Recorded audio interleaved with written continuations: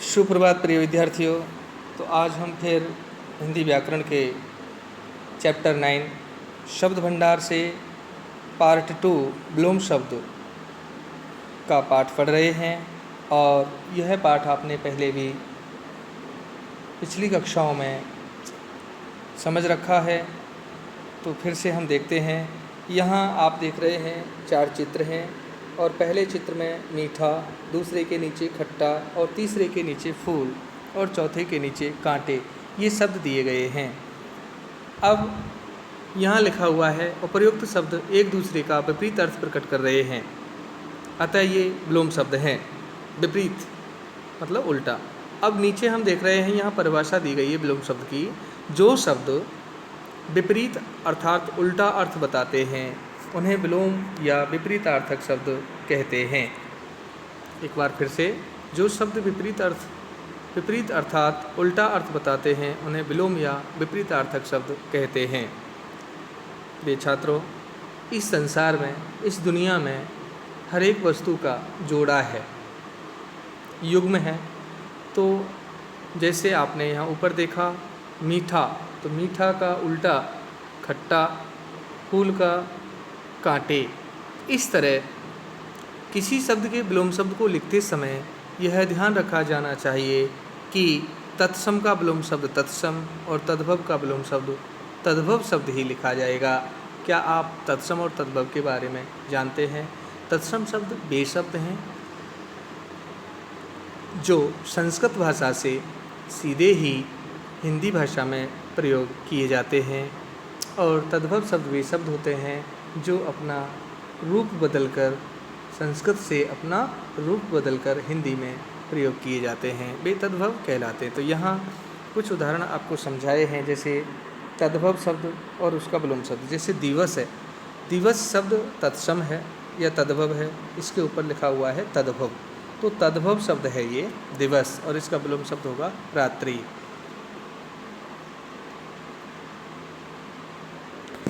और इधर तत्सम शब्द दिन, और इसका विलोम शब्द रात।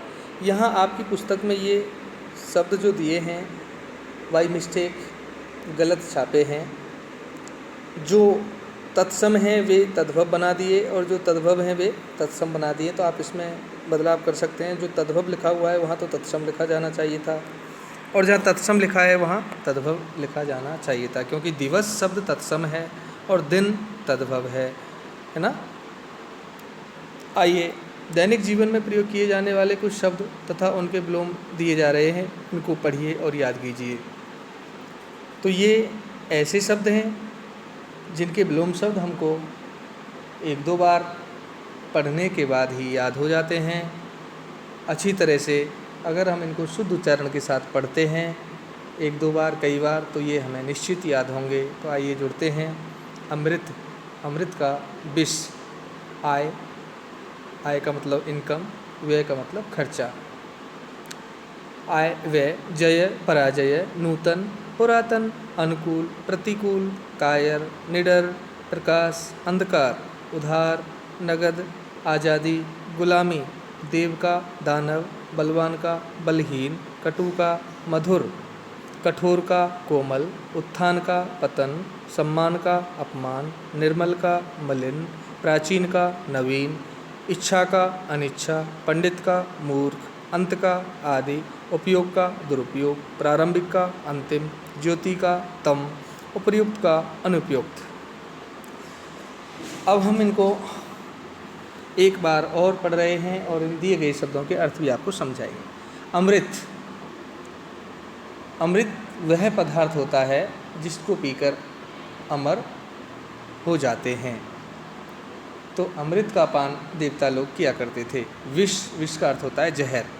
आय का मतलब इनकम, व्यय का मतलब खर्चा, जय का मतलब जीतना, पराजय का मतलब हारना, नूतन का मतलब नया, पुरातन का मतलब पुराना, अनुकूल का मतलब जो हमारे लिए अच्छा हो, प्रतिकूल का मतलब जो हमारे लिए ठीक नहीं हो, कायर जिसको हम डरपोक भी कह सकते हैं, निडर इसका उल्टा अर्थ होगा निडर, मतलब जो नहीं डरता हो। आप ये समझिए कि 2 बच्चे हैं, एक कायर है और दूसरा निडर है। तो कायर कौन है? जो कमज़ोर है, जो डरता है। निडर कौन है? जो डरता नहीं है। अब देखिए प्रकाश। प्रकाश का मतलब आप जानते हैं उजाला। अंधकार का मतलब अंधेरा। उधार, किसी को चीज़ उधार देना, है ना। नगद, उसके बदले में कुछ पैसा या राशि, कोई वस्तु लेना, उसको नगद कहते हैं। आज़ादी, फ्रीडम, गुलामी। देव का मतलब देवता, दानव का मतलब राक्षस। बलवान का मतलब जिसके पास बल हो, और बलहीन जिसमें बल नहीं हो। कटु माने कड़वा, मधुर माने मीठा। कठोर का मतलब जो कठोर होता है। कोमल का मतलब जो सरल होता है।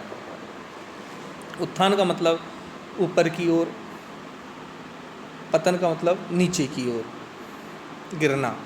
उत्थान का मतलब ऊपर की ओर उठना, पतन का मतलब नीचे की तरफ गिरना। जैसे हमारे देश का उत्थान हो रहा है, मतलब हर देशवासी अच्छे कार्य कर रहे हैं और वे सब ऊपर हो रहे हैं, मतलब उनका उत्थान हो रहा है। तो उत्थान का विलोम शब्द होता है पतन। सम्मान, रेस्पेक्ट, उसका होता है अपमान। निर्मल, जो गंदा ना हो उसे निर्मल कहते हैं। मलिन, जो गंदा होता है उसे मलिन कहते हैं। प्राचीन का मतलब पुराना, ओल्ड, और नवीन का मतलब न्यू। इच्छा, हमारी खाने की इच्छा होती है, पढ़ने की इच्छा होती है, सोने की इच्छा होती है। अनिच्छा, अनिच्छा मतलब जो इच्छा नहीं होती है। पंडित का मतलब ज्ञानी, और पंडित का विलोम शब्द होता है मूर्ख। अंत, अंत का मतलब होता है लास्ट, और आदि का मतलब होता है शुरू, स्टार्ट। ठीक है, तो अंत का आदि होगा। उपयोग का मतलब यूजफुल, और दुरुपयोग, उपयोग का मतलब यूज, और दुरुपयोग का मतलब उसका हम दुरुपयोग करते हैं, बुरी तरह से उपयोग करना, या बेकार रूप में किसी चीज़ का उपयोग करना। जैसे हमारे पास मोबाइल है, तो उसका उपयोग हम कॉल करने के लिए और कुछ ज्ञान अर्जन करने के लिए प्रयोग कर सकते हैं, लेकिन हम उसमें गेम आदि खेलते हैं तो उसका फिर वो दुरुपयोग ही होता है। जैसे घर में बिजली है, अंधेरे में हम अगर लाइट जलाते हैं किसी काम से, तो उसका उपयोग है। और यदि हम दिन में भी अपनी लाइटें बंद नहीं करते, बिना मतलब कि वो जलती हैं, तो उसका फिर वहाँ दुरुपयोग होता है। प्रारंभिक का मतलब शुरुआत में, अंतिम का मतलब अंत में। ज्योति का मतलब प्रकाश, तम का मतलब अंधकार। उपयुक्त का मतलब ठीक, अच्छा। अनुपयुक्त का मतलब जो ठीक नहीं हो, बेकार।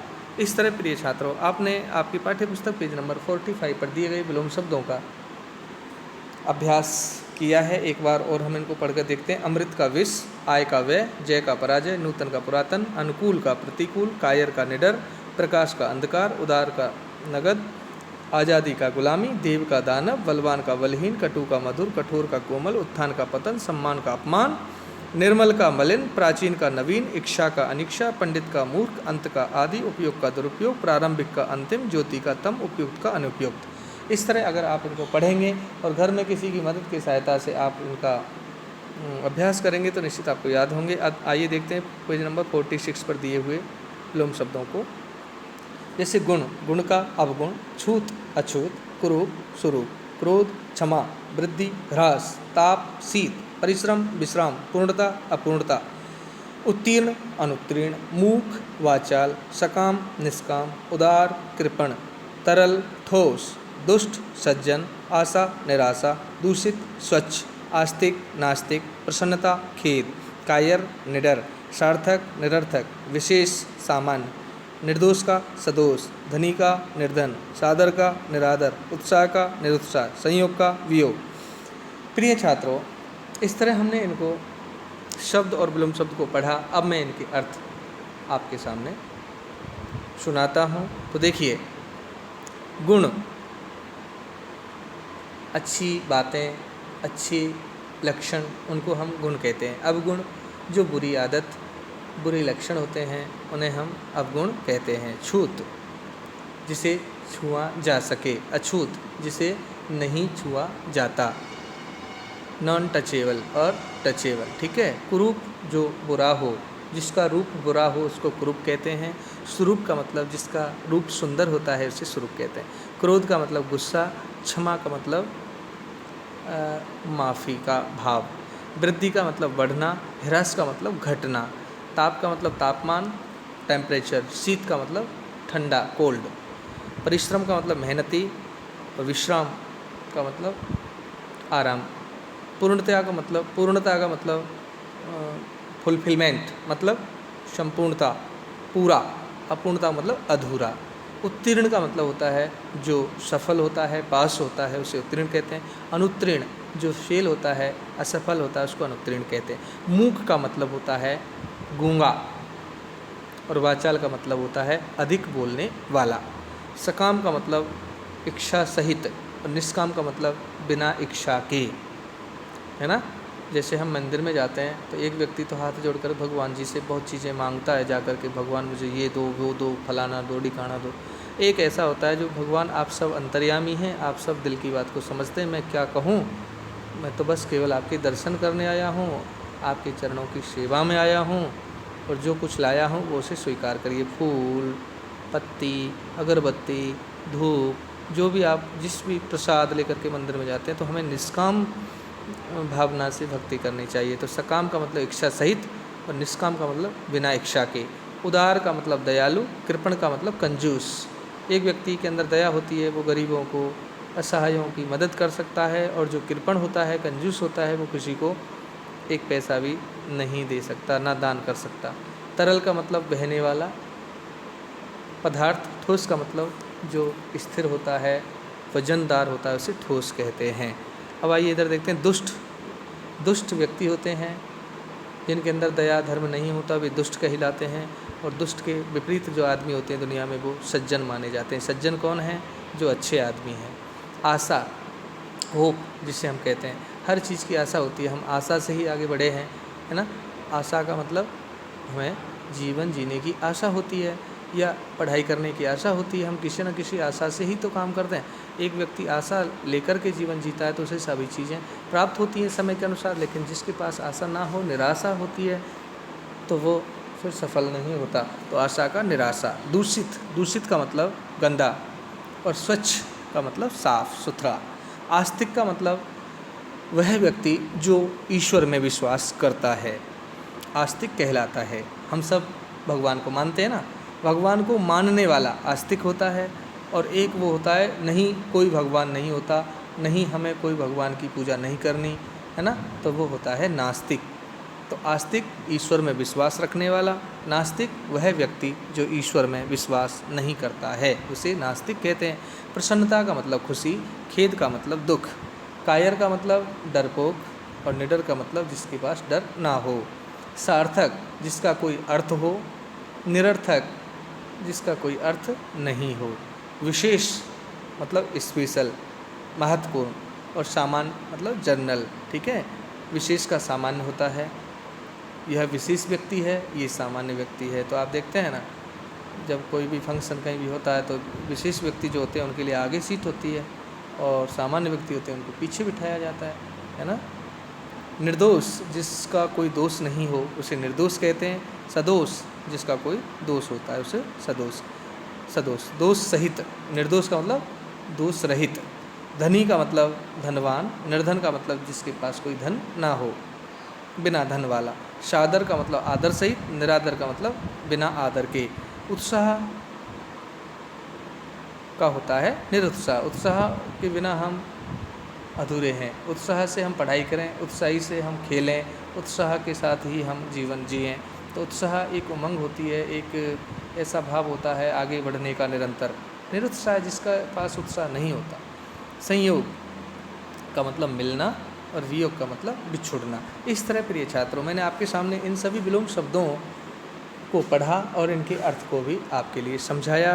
तो प्रिय छात्रों, मैं आपसे आशा करता हूँ कि आप आज ही इस पाठ के इन शब्दों के विलोम शब्दों को याद कर लें, अभ्यास करें बार बार, तब तक पढ़ें जब तक कि आपको याद ना हो सके। मैंने आपको इसलिए अर्थ भी समझा दिए हैं। आइए फिर हम अभ्यास को देखते हैं।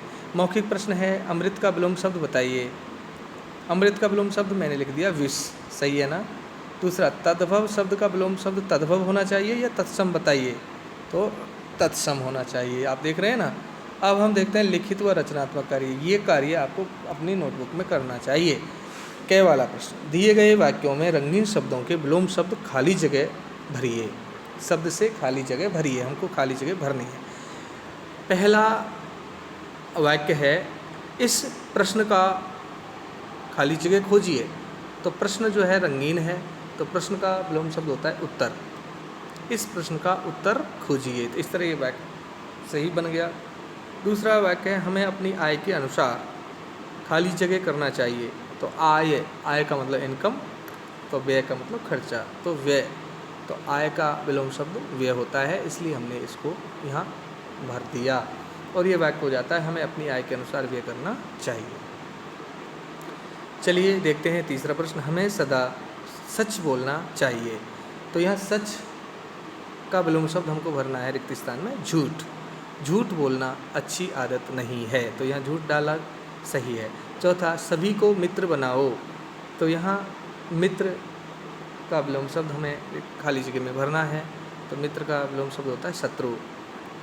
ठीक है, तो वाक्य को पढ़ेंगे हम, सभी को मित्र बनाओ शत्रु नहीं। तो ठीक लग रहा है ना वाक्य। पांचवा जो सवाल है, खेल में किसी की जीत होती है तो किसी की हार। तो जीत का अपोजिट होता है हार। ठीक है, इस तरह हमने ये 5 प्रश्न यहाँ समझे हैं और इन शब्दों को भर करके वाक्यों को पूरा करके अपनी नोटबुक में लिखना है। अब देखते हैं अगले पेज पर ख वाला प्रश्न, दिए गए शब्दों के अनुसार चित्र बनाइए। मैंने कोशिश की है चित्र बनाने की और आपकी पुस्तक में ये सब खाली हैं। तो जैसे दिन और रात के चित्र बना दिए मैंने। तो दिन का मतलब जब सूर्य होता है तो सूर्य का चित्र हमने बनाया। आप कलर के साथ सूर्य का चित्र बना सकते हैं। और रात का मतलब मैंने चंद्रमा बना दिया, उसके साथ साथ तारे भी बनाए हैं। तो ये रात का दृश्य बना दिया मैंने। तो ये इधर दिन हो गया, इधर रात हो गई। इधर देखिए खिलना और मुरझाना। तो पहले खिलना, एक फूल बनाया जो खिल रहा है। मुरझाना, एक फूल है जो मुरझाया हुआ है, मतलब नीचे की ओर झुका हुआ है।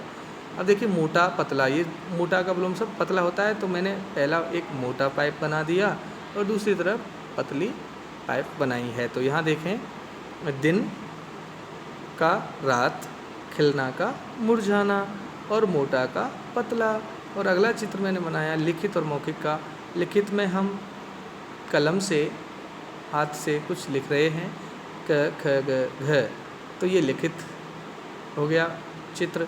और इधर मुंह से कुछ बोला जा रहा है, तो ये मौखिक हो गया। इस तरह मैंने ये चित्र बनाने का प्रयास किया है। आप भी इस तरह के चित्र बना सकते हैं अपनी बुक्स में और उनको कलर करके सुंदरता से पूरा कर सकते हैं।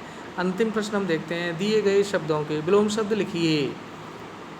निर्मल, निर्मल माने साफ, और इसका विलोम शब्द होगा मलिन, मतलब गंदा। उदार का मतलब दयालु, दयालु का होता है कृपण, कृपण मतलब कंजूस। देव का मतलब देवता, और देवता का विलोम शब्द होता है दानव। अगला शब्द है कटु, कटु का मतलब कड़वा, और कटु का लिख दिया हमने विलोम शब्द मधुर। ठीक है, इधर आशा, आशा का लिखा हमने निराशा। और आस्तिक, वह व्यक्ति जो भगवान में विश्वास नहीं करता, उसे आस्तिक कहते हैं, तो उसका अपोजिट हो गया नास्तिक। कायर का हो गया निडर, और सार्थक का हो गया निरर्थक। इस तरह प्रिय छात्रों, आज हमने यहाँ पाठ नंबर 9 से 2 नंबर पर दिए गए विलोम शब्दों का अध्ययन किया, उनको अर्थ सहित समझा और अभ्यास कार्य को भी पूरा किया। मैं चाहता हूँ कि आप सभी बच्चे अपनी अपनी नोटबुक में सुंदर हैंडराइटिंग से यहाँ तक अपना कार्य पूर्ण कर लें और इनको याद भी करें, ताकि परीक्षा में ये आपसे पूछे जाएंगे। निश्चित है जो पढ़ाया जा रहा है वही परीक्षा में पूछा जाता है। ठीक है, जो समझाया जा रहा है, इसलिए आप अभ्यास से सीखने का प्रयास करिए। धन्यवाद।